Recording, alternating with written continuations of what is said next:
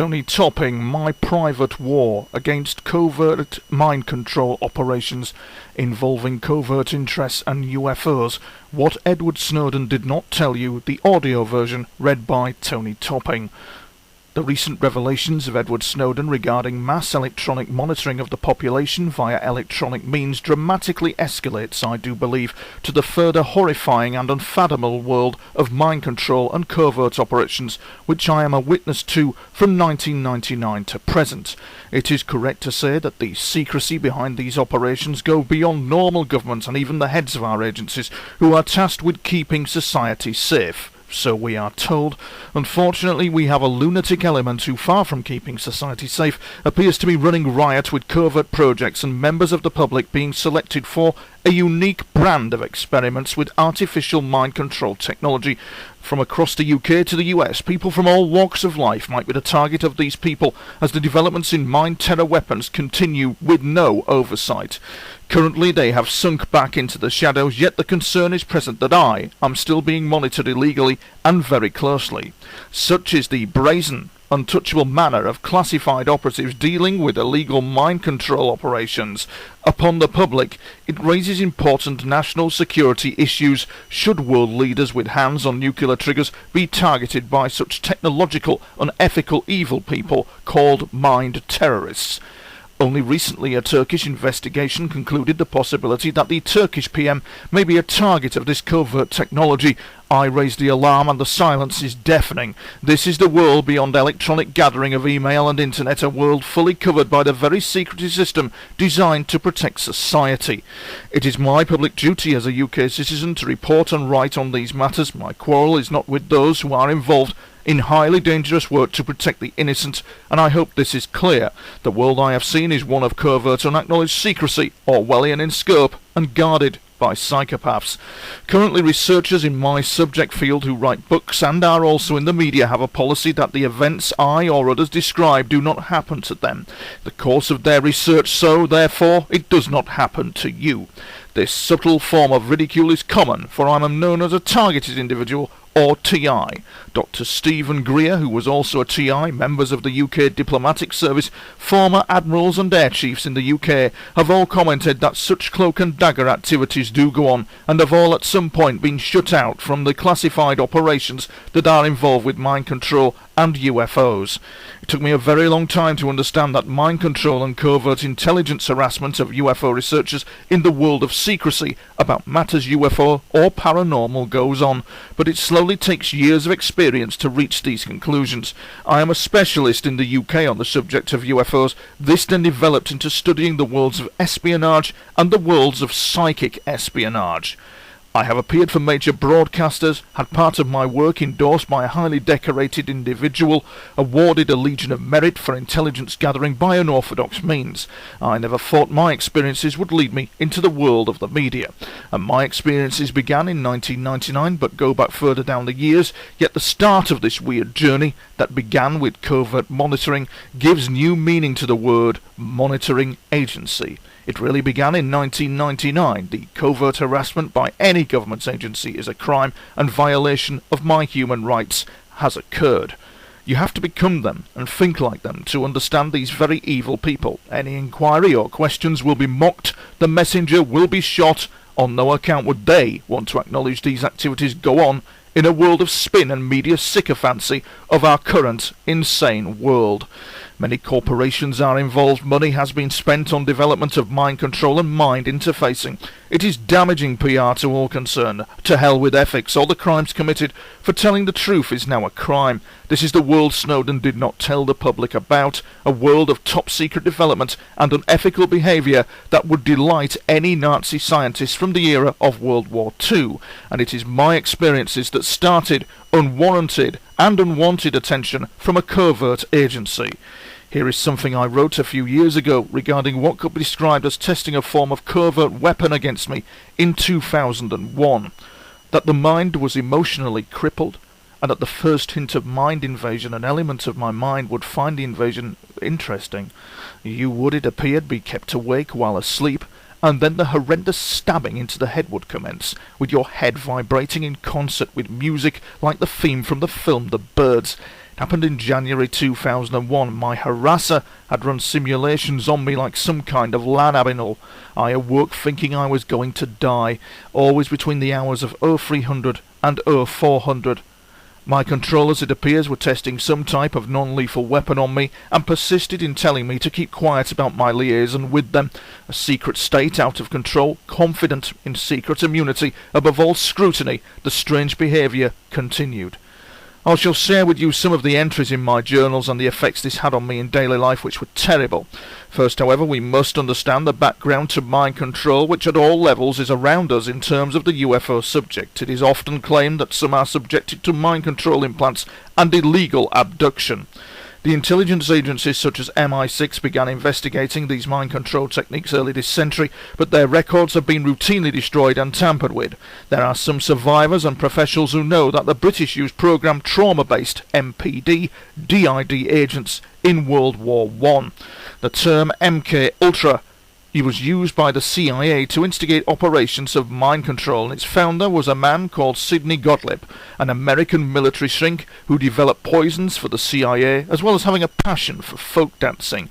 As we shall note, the research I write here is American-based. However, this technology was also deployed on myself remotely in the UK under taxpayers' money. Sidney was a stutterer, but was awarded a degree in speech therapy, as well as having a club foot. It takes a deformed mind to carry out these operations on other people, so that comes as no surprise. One of the operatives ordered a drink in a pub at the height of my harassment, and one would never realise underneath the charming smile the man gave to the barman what they were involved with, as he commented on the actions he had carried out upon me quietly and with confidence to the woman he was with. I shall come to that shortly. Project MKUltra was activated by the director of the CIA, Alan Jules. The agenda was to experiment on unwitting subjects that would crush the human psyche to admit anything. The UK arm of these people from 1999 onwards had a great go at cracking me and succeeded. I am a broken man because of it. MKUltra was used in 1950s to subject people to various drug and mind control experiments. Director Richard Helms burnt all evidence of CIA involvement in MKUltra. The term MK stands for the agency's technical division, and the word Ultra is a declassification designated from World War II intelligence. And during my experiences, I would have the honour of having MKUltra style mind control delivered remotely to me, remotely from a secret location, night and day. These developed into what could be termed atrocities of the human mind, as they exposed my psyche to every conceivable item of torture and perversion, while at the same time telling me that I was insane and needed help, when in fact they had caused the problems. It is a common modus operandi, and remember, you must think as them. The theory or equation goes like this. They cause the insanity with the technology, then tell you you are insane because of what they have done. You needed their help to cure you of the hell they have caused, hence them being present, doing what they are doing to help you. Jason Bourne and the Bourne trilogy give some very dramatic insights into the mindset you are up against, and I am just an ordinary member of the public up against operatives of some unknown organisation. It is not a fantasy, it is not something that is a dream, it was actually based on real events and actually happened to me. In the films, Bourne seeks to find his identity. I also seek to find why these events happened to me. I have gone the distance and reached conclusions as to who and where, but not why. It is of note that I placed a website on the internet and discovered that these unaccountable people would crawl out of the woodwork. The technical term for this technology used is non-lethal weapons technology, or to use another term, strategic personality simulation.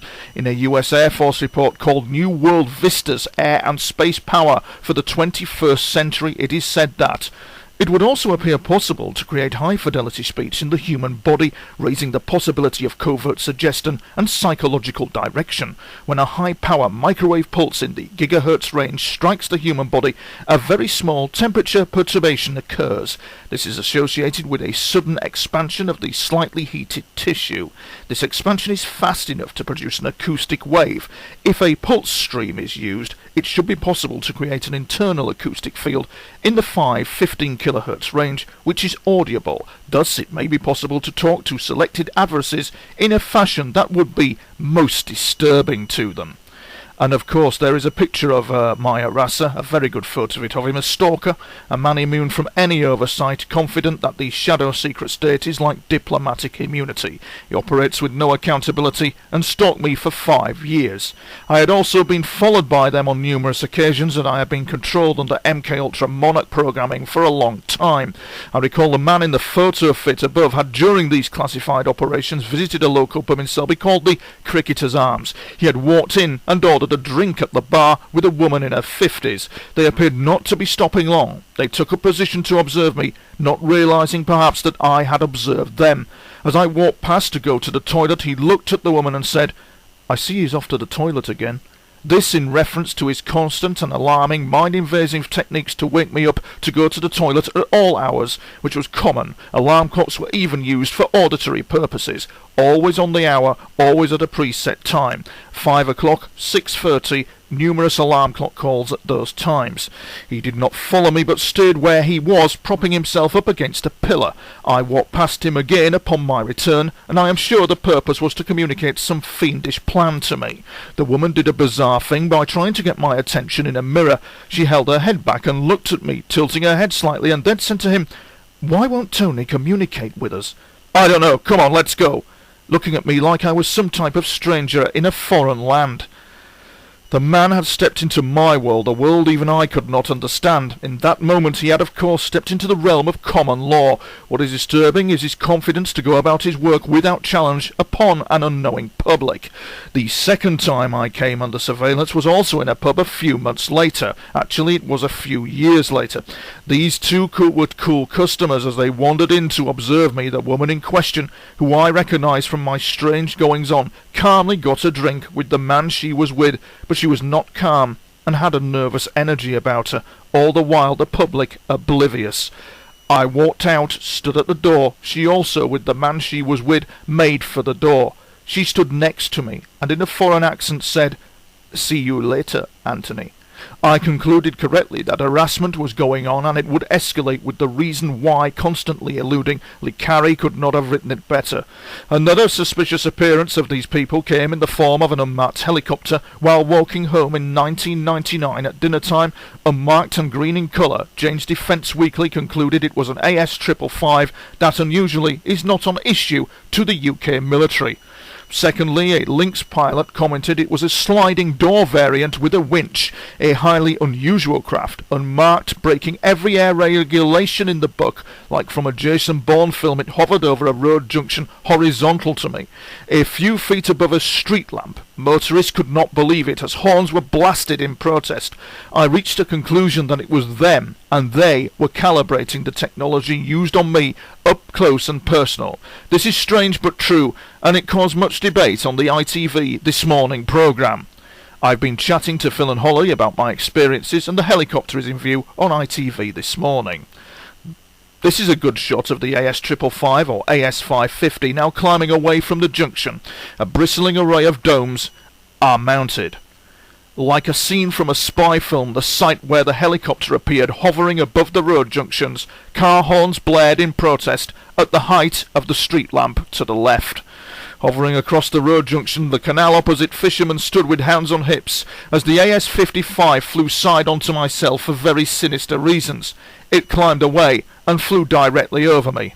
They used this technology with ruthless glee and left me in a daze while trying to hold down a full-time job and keep myself sane. It was common for me to be followed around a local town or anywhere I went. A bizarre event at the height of being awoken day in and day out happened at a local designer outlet where I was followed in 2000. A radio rally in Blackpool in about 2003 where once again I was followed. Pubs were also game. This was not covert observation, this was overt observation. They were indeed trying to covertly control me into some kind of bizarre Manchurian candidate for a very ulterior motive. The presence of this object identified as a UFO by image analysis that triggered a bizarre series of events. And it was a plane that moved sideways according to Chris French on ITV This Morning, and as we can see it reverses, goes back on itself and rotates 360 degrees. It's off its approach corridor because it is a real UFO. The UFO illuminates a TV antenna under intelligent control. All this was triggered by the repeated appearance from May to November 1999 of a mysterious UFO object that I filmed and later would send for analysis. It is this single incident that caused mayhem upon me. The more astute ask how they knew before I did that such objects were appearing, and why were resources allocated to target me and from where. Evidence of the footage I have filmed plus the helicopter's overt and covert surveillance speaks of an invisible ball that you cannot see going into the back of a net. We see the net move, giving evidence of esoteric activity. There is no evidence, no paperwork trail, nothing at all that points a finger to these black operations or the people involved. Remember, you are the criminal, not them. That is how it works. When the persecution began for me, it was during the time of mysterious helicopters and UFOs being filmed over my house. I remember it well, as I was staying in Southport, and I woke up to a thump in the head, a synthetic thump, with some words downloaded in front of me, as if on a screen, and it would eventually send me to the point of crack-up, which I hid from the world. With some educated guesswork, I concluded that these intrusions upon me were based on a source that was some type of psychotronic weapon delivered via a psychotronic station. Other gems of torture included waking me up as if I had urinated the bed, waking me up in the bed as if it had been defecated, screams into the head all hours of the night. Do us a favour and throw yourself in the river was one of them. It was often delivered, to name but a few. I began to keep a log of these horrifying intrusions. The theme was that they were the police of the silence. They said, "Surely we are the police of the silence. We want you to join us." In what way I could join them remained odd, but covert and overt observation continued by them, including every area of my life being taken over remotely. My journals began in odd years, but the one in 1999 makes chilling reading, as the enforcement to make me be a Manchurian candidate of a mysterious shadow operation went on.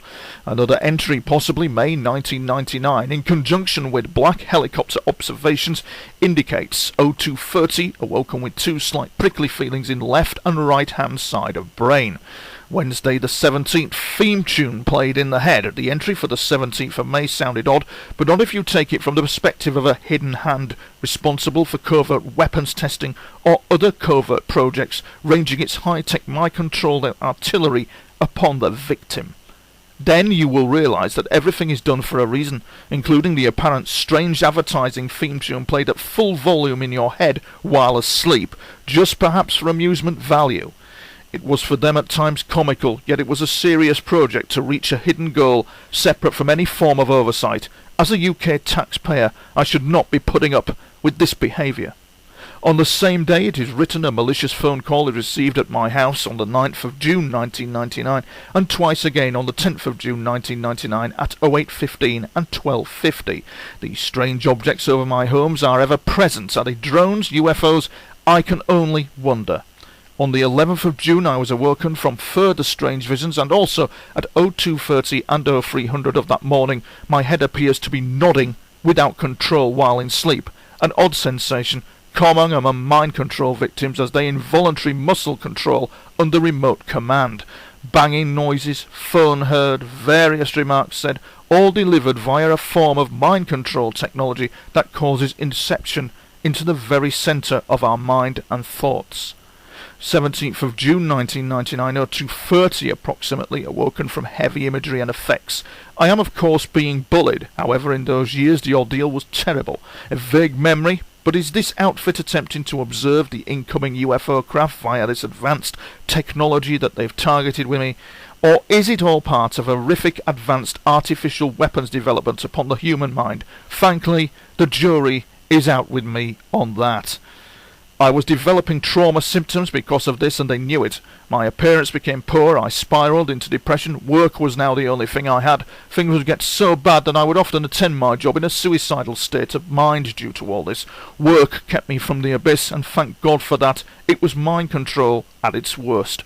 The theme was to make me powerless in a nation which is called Britain that was meant to stand for freedom and democracy. At a certain level, however, a conspiracy of silence is directed at the population. The 4th of December 1999 is a classic entry, as my mind was continually exposed to imagery and lack of sleep started me to have eating problems. Then they labelled me even more mental than before, with continual screams at me that I was fucking mental, projected once again with advanced audio delivery to the mind while in sleep, always on the hour.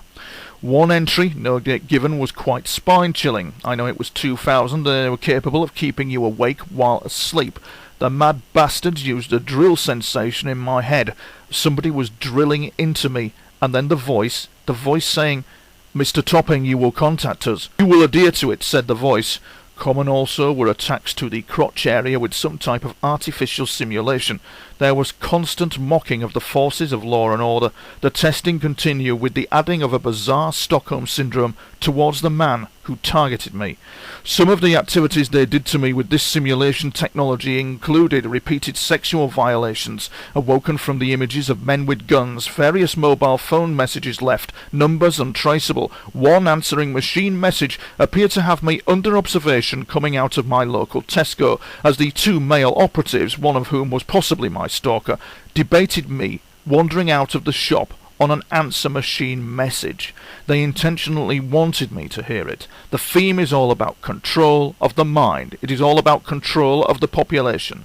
I was kept active during sleep with senseless chatter and noise, hellish while working night shifts and trying to sleep during the day. The saga continues. I've now become full-time in giving lectures and appearing in the media on the subjects of mind control, UFOs, conspiracy and espionage. I am like a ship in a storm. Perhaps that's all ended in failure for my persecutors, who had a top-secret goal that failed because the wrong man was picked for some kind of classified operation. They sink into the shadows, but I have awoken, and it is my duty to tell you about the world Snowden never told you about.